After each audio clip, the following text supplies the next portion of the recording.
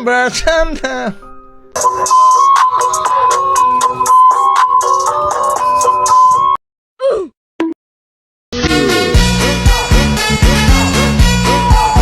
Assalamualaikum warahmatullahi wabarakatuh. Halo, perkenalkan nama orang Wangi Ramadhani Ovia Demira. Di dia orang hayang nyaritakan cinta monyet di dua lembur.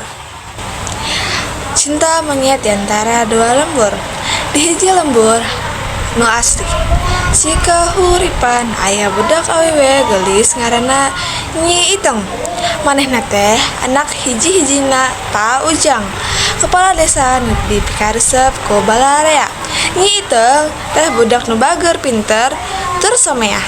Sanajan anak kepala desa, manehna mah teu adigung.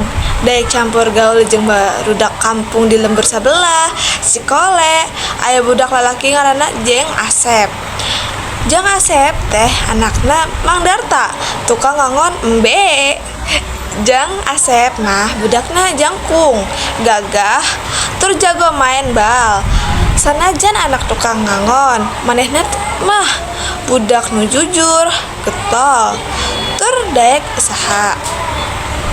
Nyi Iteng jeung Jang Asep sakola di SMP Nusaroa nu aya di antara dua lembur. Unggal poe manehna sok kepanggih di sekolah. Ti mimiti papanggih, manehna geus silih pikaresep.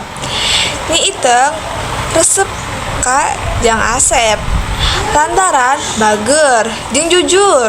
Jang Asep resep ka Nyi Iteng lantaran gelis jeung someah. Manehna tuluy jadi babaturan deket. Unggal poe manehna sok diaja babarengan, main babarengan jeung ngobrol, mabar sagala-galana, ngeunaan sagala rupa. Manehna ngarasa bagja pisan lamun keur babarengan. Lila-lila rasa resep manehna jadi rasa cinta. Manehna silih pika nyaah tapi tuani nyatakeun. Hiji poe Jang Asep ngajak Nyi Iteng jalan-jalan ke sisi walungan. Manehna teh ngobrol ngeunaan impian jeung harapan manehna. Jang Asep tuluy nyaritakeun perasaan ka Nyi Iteng. Nyi Iteng bungah pisan, manehna ge ngarasa hal anu sarua. Manehna tuluy jadian. Hubungan manehna teh pinuh ku kabungahan. Manehna sok silih dukung dina sagala hal, tapi hubungan manehna oge teu lepas dina masalah. Aya hiji budak awewe nu sakola di resep ka Jang Asep. Manehna ngarasa sirik ka Nyi Iteng, nyarita nyoba ngarusak hubungan manehna. Budak awewe eta nyebarkeun gosip bohong ngeunaan Nyi Iteng.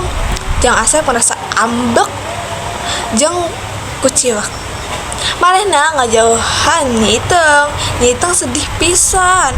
Manehna teu ngartieun kunaon Jang Asep jadi kitu. Manehna nyobaan ngajelaskeun ka Jang Asep, tapi Jang Asep teh teu ngadengikeun. Lila-lila Jang Asep sadar yen manehna geus salah. Manehna minta hampuran ka Nyi Iteng. Nyi Iteng ngahampurakeun Jang Asep. Manehna balik deui jadian. Hubungan maranehna jadi leuwih kuat tibatan samemehna. Tapi masalah teu eureun-eureun di dinya. Bapak Nyi Iteng teu satuju kana hubungan manehna. Manehna ngarasa yen Jang Asep teh lain budak nu cocok pikeun anakna. Pak Ujang hayang Nyi Iteng nikah jeung anak kepala desa nu beunghar. Nyi Iteng sedih pisan. Manehna teu hayang nikah jeung jalma nu teu dipika nyaah. Nyi Iteng jeung Asep bingung. Nyi Iteng jeung Jang Asep bingung. Manehna teu hayang pipisahan. Tapi maranehna oge teu hayang ngalawan kolot. Maranehna tuluy nyieun kaputusan pikeun kabur ti imah. Indit ka kota pikeun ngudak impian manehna. Di kota manehna hirup bae sajan jeung Asep gawe jadi tukang parkir, sedangkan Nyi Iteng gawe jadi tukang ngumbah baju. Sanajan hirup susah, manehna tetep bagja. Manehna silih pikanya hiji poe maranehna papanggih jeung wartawan.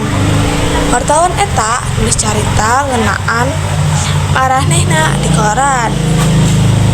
Cerita maranehna ngahundangkeun rasa kanyaah masyarakat. Loba jalma nu ngirimkeun sumbangan pikeun maranehna. Pak Ujang sadar. Nah, Pak Ujang ya bapak nasi Nyi Iteng. Pak Ujang sadar manehna menta hampura ka Nyi Iteng, manehna ngindinan Nyi Iteng nikah jeung Jeng Asep. Nah, gitu mereka tuh nikah ya. Nah, Nyi Iteng jeung Jeng Asep teh nikah. Manehna hirup bangja salamina. Nah, carita monyet manehna teh jadi carita cinta sejati. Jadi di cerita ini mau kalian susah senang sama pasangan kalian. Nah, kalau orang tuanya nggak setuju, pasti ya mereka pikir kalau kita tuh bakalan direstuin.